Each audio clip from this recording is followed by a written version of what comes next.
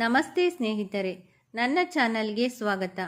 ಇವತ್ತಿನ ವಿಡಿಯೋದಲ್ಲಿ ನಾನು ಸುಲಭವಾಗಿ ಮೆಂತ್ಯ ಅಡುಗೆ ಹೇಗೆ ಮಾಡೋದು ಅನ್ನೋದನ್ನು ತೋರಿಸ್ತಾ ಇದ್ದೀನಿ. ಇದು ಮೆಂತ್ಯ ಮತ್ತು ಗೋಧಿ ಹಿಟ್ಟು ಸೇರಿಸಿ ಮಾಡುವಂತಹ ಅಡುಗೆ. ಇದು ತುಂಬ ರುಚಿಕರವಾಗಿರುತ್ತೆ, ಹಾಗೆ ಸುಲಭವಾಗಿ ಮಾಡಬಹುದು. ಹೇಗೆ ಅನ್ನೋದನ್ನು ನಾನೀಗ ತೋರಿಸ್ತಾ ಇದ್ದೀನಿ. ಮೊದಲಿಗೆ ನಾನಿಲ್ಲಿ 3 ಉಂಡೆ ಬೆಲ್ಲವನ್ನು ತಗೊಂಡಿದ್ದೀನಿ. ಈ ಬೆಲ್ಲವನ್ನು ಕರಗಿಸಬೇಕು, ಹಾಗಾಗಿ ನಾನು ಇದಕ್ಕೆ 3 ಲೋಟ ನೀರನ್ನು ಹಾಕಿ ಇದನ್ನು ಕರಗಿಸೋಕ್ಕೆ ಸ್ಟವ್ ಆನ್ ಮಾಡಿ ಇಡ್ತೀನಿ.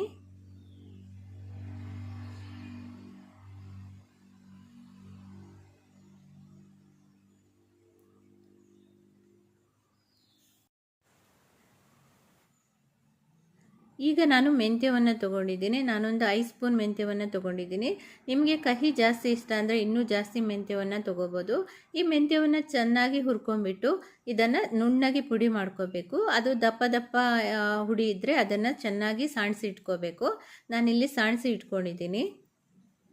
ಈ ಸಾಣಿಸಿರುವಂತಹ ಮೆಂತ್ಯಕ್ಕೆ 2 ಲೋಟ ಆಗೋಷ್ಟು, ಯಾವ ಲೋಟದಲ್ಲಿ ನೀರು ತೊಗೊಂಡಿದ್ನೋ ನಾನು ಅದೇ ಲೋಟದಲ್ಲಿ 2 ಲೋಟ ಆಗೋಷ್ಟು ಗೋಧಿ ಹಿಟ್ಟನ್ನು ಹಾಕಿ ಚೆನ್ನಾಗಿ ಮಿಕ್ಸ್ ಮಾಡಿ ಇಟ್ಕೊಳ್ತಾ ಇದ್ದೀನಿ. ಈಗ ನೋಡಿ, ಬೆಲ್ಲ ಕರಗಿದೆ. ಇದು ಪಾಕ ಬರುವ ಅಗತ್ಯ ಇಲ್ಲ, ಬೆಲ್ಲ ಕರಗಿಸಿದ್ರೆ ಸಾಕು. ಕರಗಿಸಿ ಅದರಲ್ಲಿ ಬೆಲ್ಲದಲ್ಲಿ ಏನಾದರೂ ಕಲ್ಲಿದ್ದರೆ ಅದನ್ನು ಸೋಸ್ಕೊಳ್ಳಿ. ಹಾಗೆ ನಾನೀಗ ಇಲ್ಲಿ ಏನು ಮಾಡಿದ್ದೀನಿ ಅಂದರೆ, ಈ ಬೆಲ್ಲ ಕರಗಿದ್ದಲ್ವ, ಅದಕ್ಕೆ ನಾನು ತುಪ್ಪ ಹಾಕ್ತಾ ಇದ್ದೀನಿ. ಇದು ಇಂಪಾರ್ಟೆಂಟ್ ಪ್ರೊಸೀಜರ್ ಇದರಲ್ಲಿ. ಯಾಕೆ ಅಂದರೆ ತುಪ್ಪ ಹಾಕಿಲ್ಲ ಅಂದರೆ ಇದು ಗಂಟು ಆಗುತ್ತೆ. ಯಾವಾಗ ನೀವು ಈ ಕರಗಿಸಿರುವಂತಹ ಬೆಲ್ಲಕ್ಕೆ 1 ಸ್ಪೂನ್ ಆಗೋಷ್ಟು ತುಪ್ಪ ಹಾಕ್ತಿರೋ ಆಗ ಈ ಗೋಧಿ ಹಿಟ್ಟು ಉಂಡೆ ಉಂಡೆ ಆಗಲ್ಲ, ಚೆನ್ನಾಗಿ ಆಗತ್ತೆ. ಈಗೇನು ಬೆಲ್ಲ ಕರಗಿಸ್ಕೊಂಡಿದ್ವು ಅದಕ್ಕೆ 1 ಚಮಚ ತುಪ್ಪ ಹಾಕಿ ಅದನ್ನು ಕರಗಿಸ್ಕೊಂಡ್ಬಿಟ್ಟು ಈಗ ಅದಕ್ಕೆ ನಾನು ಮಿಕ್ಸ್ ಮಾಡಿರುವಂತಹ ಮೆಂತ್ಯ ಮತ್ತು ಗೋಧಿ ಹಿಟ್ಟನ್ನು ಹಾಕಿ ಚೆನ್ನಾಗಿ ಮಗ್ತಾ ಇದ್ದೀನಿ.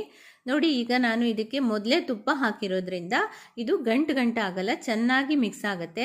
ಯಾವಾಗ ನೋಡಿ ನೀವು ತುಪ್ಪ ಹಾಕಿದ್ದೆ ಹಾಗೆ ಎಲ್ಲಾದರೂ ಮಾಡಿದರೆ ನಿಜವಾಗ್ಲೂ ಬೇಕಾದರೆ ನೀವು ಟ್ರೈ ಮಾಡಿ ನೋಡಿ, ಬೇಕಾದರೆ ಗಂಟು ಆಗುತ್ತೆ. ತುಪ್ಪ ಹಾಕಿದರೆ ಗಂಟು ಆಗಲ್ಲ. ಇದು ಈಗ ನೋಡಿ ಚೆನ್ನಾಗಿ ಮಗ್ಚೆ ಆಯಿತು. ಇದಕ್ಕೆ ಈಗ ನೀವು ಎಷ್ಟು ಬೇಕೋ ಅಷ್ಟು ತುಪ್ಪವನ್ನು ನೆಕ್ಸ್ಟು ಹಾಕ್ಕೋಬೋದು. ಈಗ ನಿಮಗೆ ಎಷ್ಟು ಬೇಕೋ ಅಷ್ಟು ತುಪ್ಪ ಹಾಕ್ಕೊಂಡು ಮಗ್ತಾ ಇದ್ರೆ ಆಯಿತು. ಇದನ್ನು ಜಾಸ್ತಿ ಹೊತ್ತೇನು ಮಗ್ಚೋದು ಬೇಕಾಗಲ್ಲ. 5 ನಿಮಿಷದೊಳಗೆ ಈ ರೆಸಿಪಿ ಮುಗ್ದು ಹೋಗುತ್ತೆ. ತುಂಬಾ ಟೇಸ್ಟಿಯಾಗಿರುತ್ತೆ.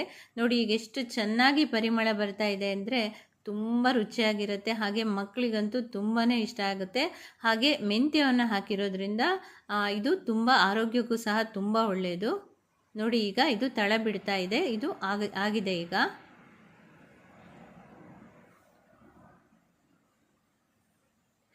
ಇದನ್ನು ನೀವು ಈಗ ಬೇಕಾದರೆ ಹಾಗೆ ಬಟ್ಲಿಗೆ ಹಾಕ್ಕೊಟ್ಟು ತಿನ್ನೋಕ್ಕೆ ಕೊಡಬಹುದು. ಇದ್ರ ಮೇಲೆ ಸ್ವಲ್ಪ ಬೇಕಾದರೆ ತುಪ್ಪ ಹಾಕ್ಕೊಂಡು ತಿನ್ಬೋದು. ಇಲ್ಲ ಅಂದರೆ ನೀವು ಇದನ್ನು ಒಂದು ಪ್ಲೇಟಿಗೆ ಹಾಕಿ ಮೈಸೂರು ಪಾಕ್ ಥರ ಪೀಸ್ ಮಾಡಿ ಬೇಕಾದರೂ ಸಹ ತಿನ್ಬೋದು.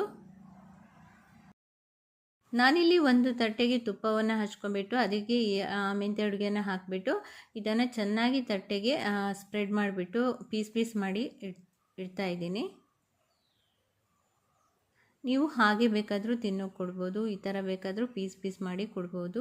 ನೋಡಿ, ಇದು ಚೆನ್ನಾಗಿ ತುಪ್ಪ ಎಲ್ಲ ಹೇಗೆ ಮೇಲ್ಮೇಲೆ ಬಂದಿದೆ ಅಂದರೆ ತುಂಬಾ ಟೇಸ್ಟ್ ಆಗಿರುತ್ತೆ. ಹಾಗೆ ಇದನ್ನು ಚೆನ್ನಾಗಿ ಕಟ್ ಮಾಡ್ಬೋದು. ನೋಡಿ, ಈ ಥರ ಕಟ್ ಮಾಡಿ ಇದನ್ನು ತಿನ್ನೋಕೆ ಕೊಡ್ಬೋದು. ಈ ರೆಸಿಪಿ ನಿಮಗೆ ಇಷ್ಟ ಆಗಿದರೆ ಲೈಕ್ ಮಾಡಿ, ಶೇರ್ ಮಾಡಿ, ಹಾಗೆ ನನ್ನ ಚಾನಲ್ನ ಸಬ್ಸ್ಕ್ರೈಬ್ ಮಾಡಿ. Thank you.